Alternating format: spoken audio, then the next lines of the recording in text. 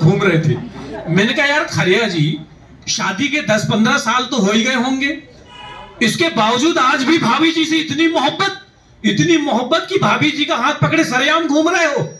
बोले यार मोहब्बत गई तेल लेने, मैं तो इसका हाथ इसलिए पकड़ा हूं कहीं ये साड़ी की दुकान में ना घुस जाए। भाई बैरागी साहब के पड़ोसी पड़ोसन एक दिन झगड़ रहे थे। भाभी जी ने कहा आप पड़ोसी पड़ोसन झगड़ रहे हैं, आप उनके घर जाते क्यों नहीं, उनको समझाते क्यों नहीं, उनकी लड़ाई बंद कराते क्यों नहीं, उनके घर जाते क्यों नहीं। बैरागी जी बोले मैं उनके घर एक दो बार गया था, ये झगड़ा उसी का नतीजा है।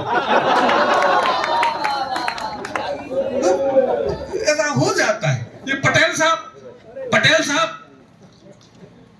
ऑफिस में थे, भाभी जी का फोन आया, चाची का फोन आया, बोले यार जल्दी घर आना, खाने में 2 ऑप्शन है।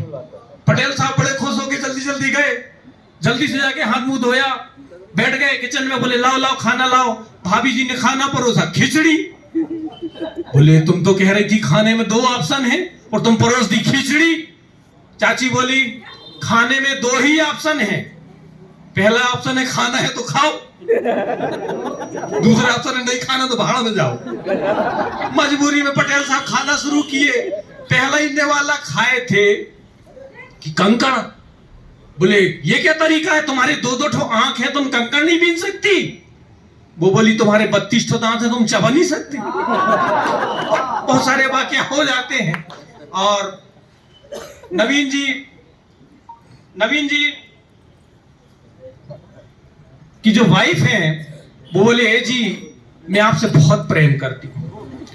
नवीन जी की वाइफ बोली मैं आपसे बहुत प्रेम करती हूँ, इतना प्रेम करती हूँ, आपका इतना रिस्पेक्ट करती हूँ, यदि आप सोफा में बैठोगे तो मैं चेयर में बैठूंगी।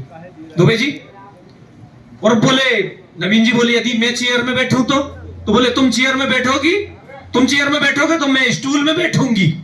बोले अच्छा। नवीन जी बोले यदि मैं स्टूल में बैठ जाऊं तो भाभी बोली यदि आप स्टूल में बैठोगे तो मैं जमीन में बैठ जाऊंगी। अच्छा।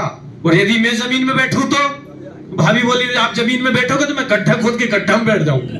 तो नवीन जी बोले और यदि मैं गड्ढा में बैठूं तो बोले ऊपर से मैं माटी पूर दूंगी।